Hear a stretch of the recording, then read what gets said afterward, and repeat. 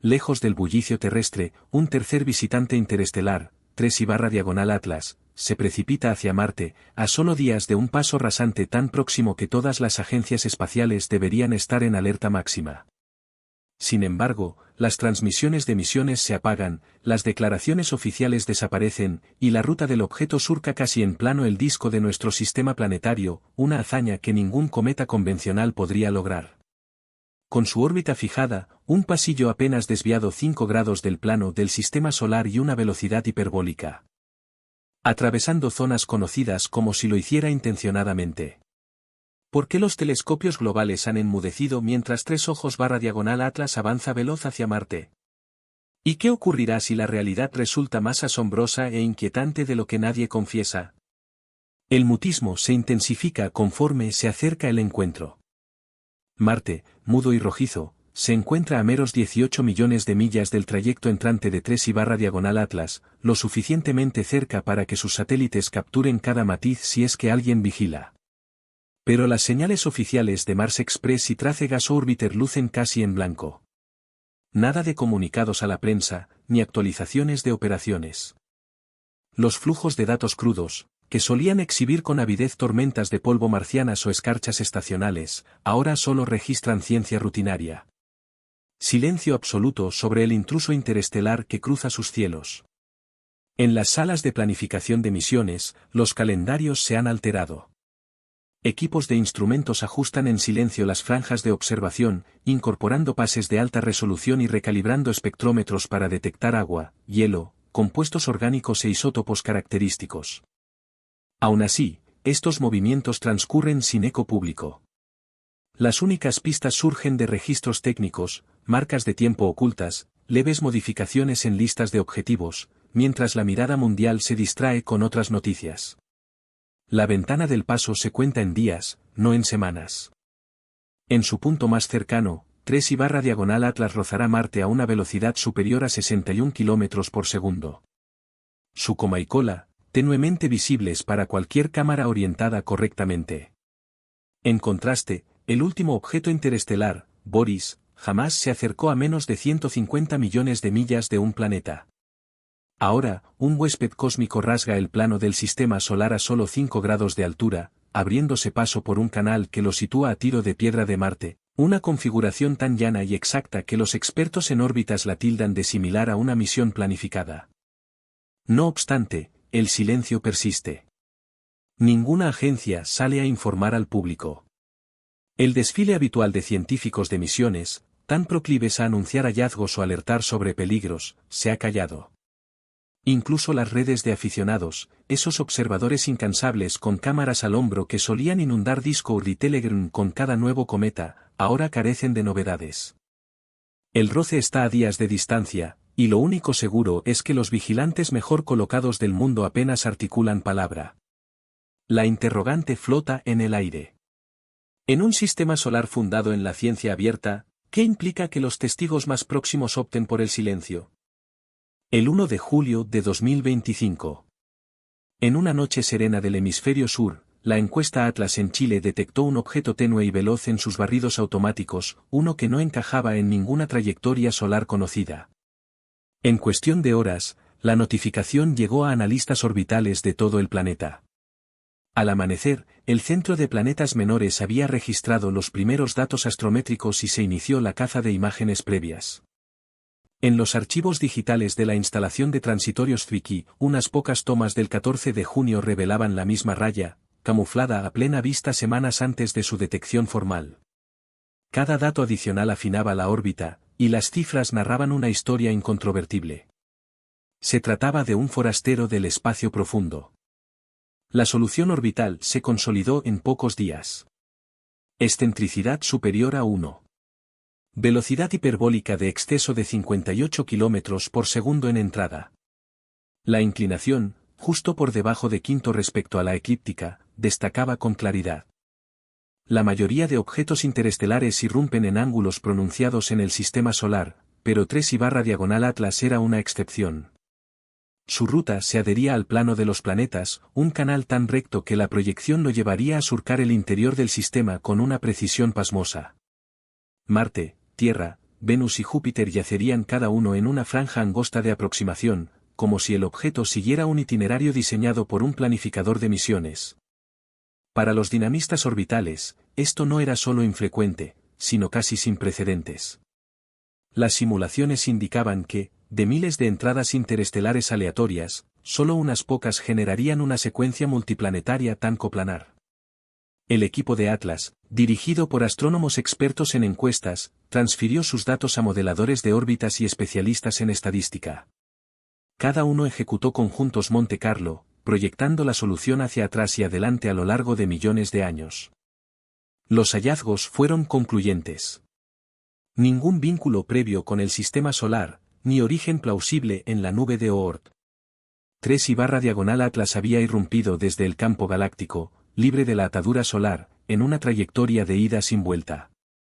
Las probabilidades de este sendero tan canalizado, inferiores a 1 en 500 para poblaciones interestelares conocidas, reforzaban cada cómputo posterior. Para la comunidad científica, las implicaciones eran evidentes.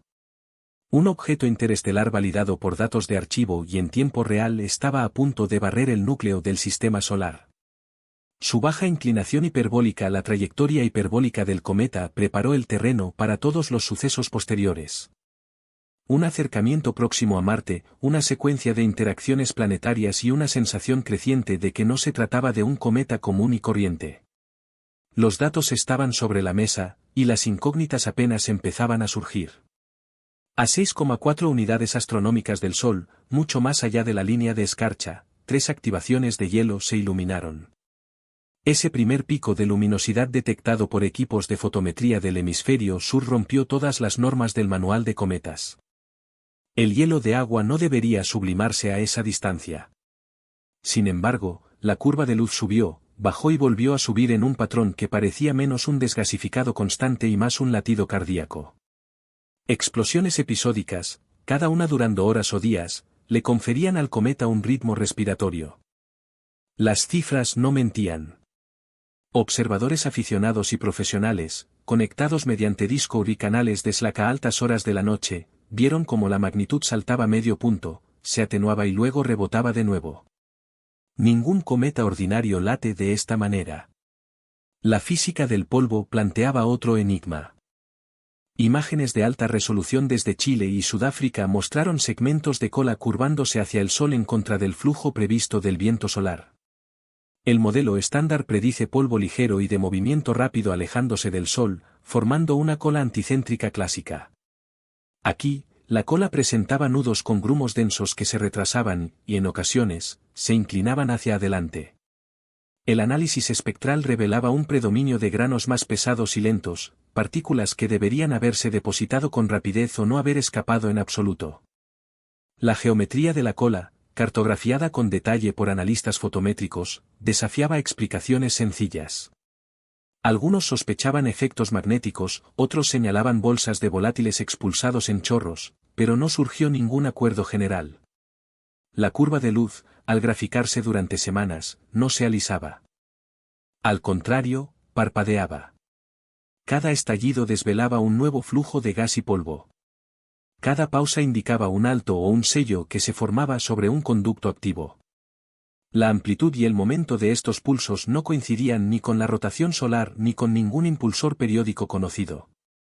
El objeto parecía reaccionar a disparadores internos, no al calentamiento externo.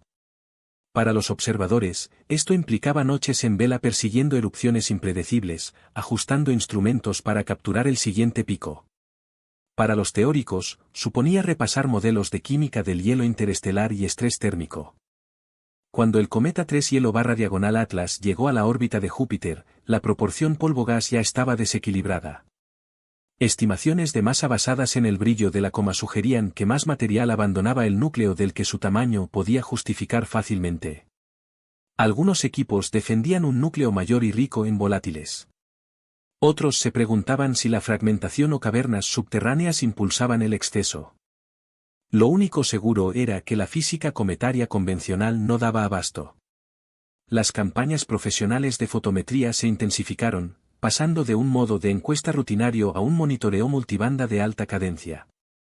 Instrumentos sintonizados para agua, monóxido de carbono y firmas orgánicas funcionaron a tope. Los observadores registraron cada salto de brillo, cada irregularidad en la cola, alimentando la idea de que 3/diagonal Atlas no era solo otro viajero helado. El comportamiento del objeto, desviado del guión desde el principio, requería herramientas nuevas, miradas frescas y disposición para seguir los datos a donde quiera que condujeran.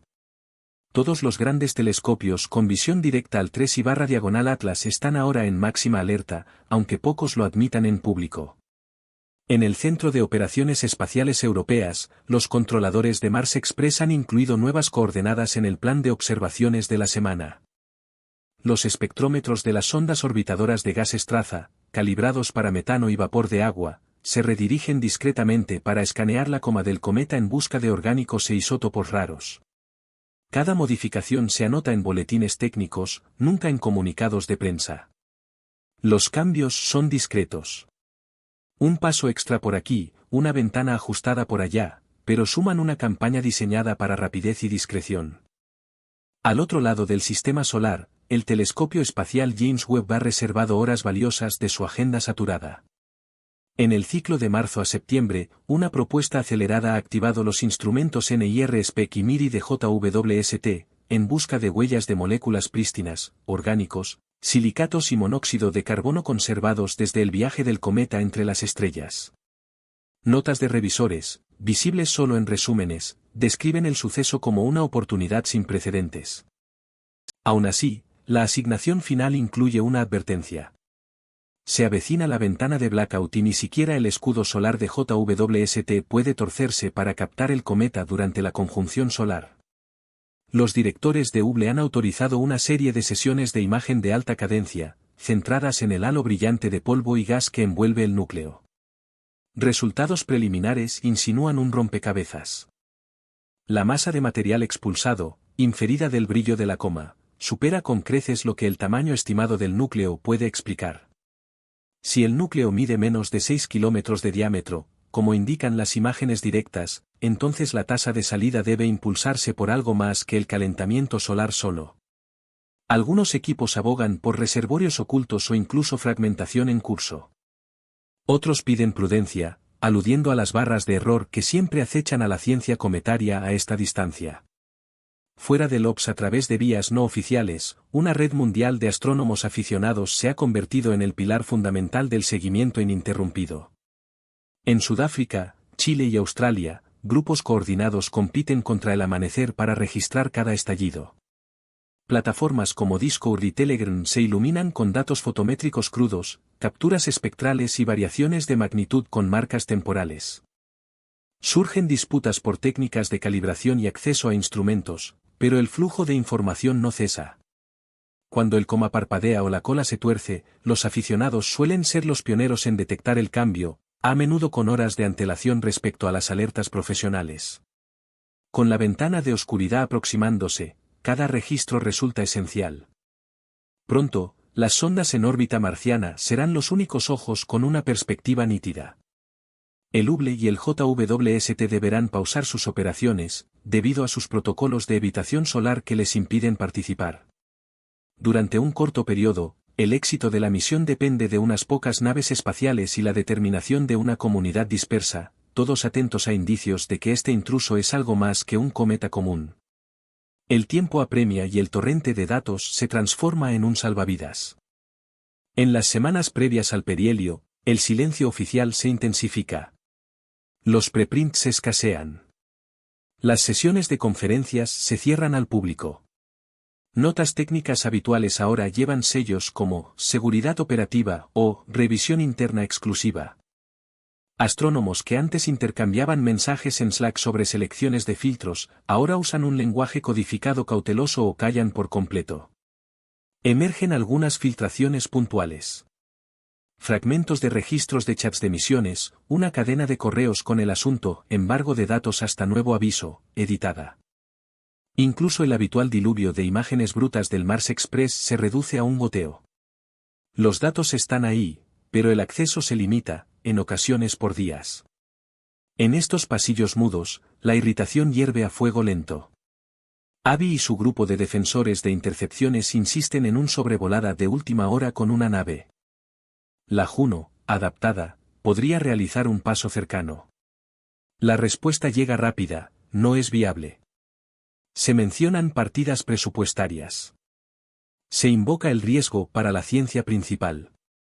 En un intercambio de Slack, un gestor de proyecto escribe, de ninguna manera. Prioridades de misión fijadas, sin Delta V disponible.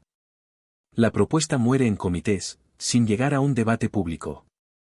Mientras tanto, rumores circulan por las redes aficionadas. Una filtración de Slack sugiere una anomalía técnica, pero los pormenores se eliminan antes de extenderse. Por cada chisme, surge uno contrario. Los datos se retienen para una publicación unificada o se bloquean para prevenir interpretaciones erróneas. La ventana de blackout se acerca, trayendo la sensación de que los mejores hallazgos podrían quedarse tras puertas cerradas. Por el momento, los corredores de la ciencia planetaria guardan un silencio. Demasiado silencio para estar tranquilos. Finales de septiembre de 2025. La cuenta atrás al perihelio está en marcha. Pero para los astrónomos terrestres, la visión está a punto de desvanecerse. Mientras el 3/diagonal Atlas se aproxima al Sol, su separación aparente de nuestra estrella cae por debajo de 15 grados, oculto en el resplandor diurno. El Hubble y el telescopio espacial James Webb, con sus rigurosas normas de evitación solar, inician un parón obligatorio. Sus diarios de observación, rebosantes hace poco de entradas cronometradas y anotaciones urgentes de calibración, ahora quedan en blanco. Durante casi 2 semanas, del 29 de octubre al 10 de noviembre, los telescopios más precisos del mundo quedan ciegos ante el visitante interestelar en su fase más intensa. Marte, rezagado a solo 18 millones de millas, se convierte en el único puesto de observación con línea de visión despejada. El Mars Express y el orbitador de gases trazas, no concebidos para rastrear cometas, aprietan al máximo las observaciones que sus aparatos permiten. Sus controladores, en la penumbra del mutismo institucional, giran espectrómetros, reasignan tomas y envían paquetes de datos por la estrecha apertura antes de que la interferencia solar corte las comunicaciones. Cada kilobyte es vital. El destino de la campaña pende ahora de la solidez de estas sondas y la astucia de sus equipos. Al mismo tiempo, en los bordes del fulgor solar, las naves SOHO y Stereo esperan preparadas. Sus coronógrafos, diseñados para bloquear la luz solar directa y desvelar los susurros más tenues de plasma, podrían capturar un atisbo del 3/diagonal Atlas rozando los límites de sus campos. Pero estos son ojos indirectos, sensibles al brillo, no a las huellas moleculares o velocidades de granos de polvo que impulsaron la fase inicial de la campaña. El flujo de datos, antes un río desbordado, se estrecha hasta un hilillo. El blackout es absoluto. Por primera vez desde su hallazgo, la saga del 3/diagonal Atlas prosigue fuera del alcance de los instrumentos terrestres, y el mundo aguarda lo que siga. 31 de octubre de 2025. Perihelio. Durante meses, el debate ha girado en torno a una pregunta persistente e inquebrantable. ¿Cuál es el verdadero tamaño del núcleo del 3/diagonal Atlas? Las imágenes iniciales del Hubble y el JWST limitaron el núcleo a menos de 6 kilómetros, pero conforme el cometa se acercaba a Marte, las estimaciones no paraban de aumentar. Algunos modelos fotométricos, impulsados por la inmensa cantidad de polvo emanando del coma, ahora postulan un núcleo de hasta 10 kilómetros de diámetro. Si se confirma, sería un gigante entre los visitantes interestelares, con repercusiones que alteran todos los escenarios posibles. Los modeladores de trayectorias compiten por delinear el desenlace final. 3 destinos principales acaparan el debate. La fragmentación dispersaría de basura dispersa a lo largo de la órbita. Cada fragmento, una ventana hacia la estructura oculta del cometa. Un destello espectacular, una erupción explosiva de gas y polvo, podría indicar un colapso o un núcleo abundante en volátiles que libera sus misterios en un estallido único y violento. Sin embargo, su supervivencia plantearía los interrogantes más incisivos. Si el 3/diagonal Atlas supera el perihelio sin daños, con su trayectoria de bajo ángulo de inclinación y similar a un sobrevuelo intacta, los teóricos tendrán que justificar no solo su robustez, sino también su propósito, ya sea natural o diseñado. los equipos convencionales se inclinan por un cometa interestelar rico en volátiles, atribuyendo sus rarezas a hielos enterrados y una composición química desconocida. No obstante, un grupo minoritario pero insistente mantiene viva la idea de un perfil de misión, destacando la ruta por el corredor y las emisiones intermitentes. Por el momento, el núcleo se oculta entre el resplandor y las conjeturas. El clímax final aguarda en las llamas solares. A pesar del escrutinio riguroso, persisten dudas fundamentales. El origen de su actividad rítmica, la composición de sus granos de polvo densos, y el motivo por el que su masa y el tamaño de su coma se apartan de los modelos tradicionales. Mientras las observaciones terrestres se interrumpieron por la conjunción solar, solo las sondas en órbita marciana y los telescopios solares ofrecieron una vigilancia parcial. La información disponible deja un aspecto evidente: el 3/Atlas ha puesto en jaque la ciencia cometar y convencional y ha revelado brechas profundas en la forma en que las instituciones divulgan datos extraordinarios. Lo ocurrido en el perihelio y la verdadera esencia de este objeto quedarán para que los anales futuros lo aclaren.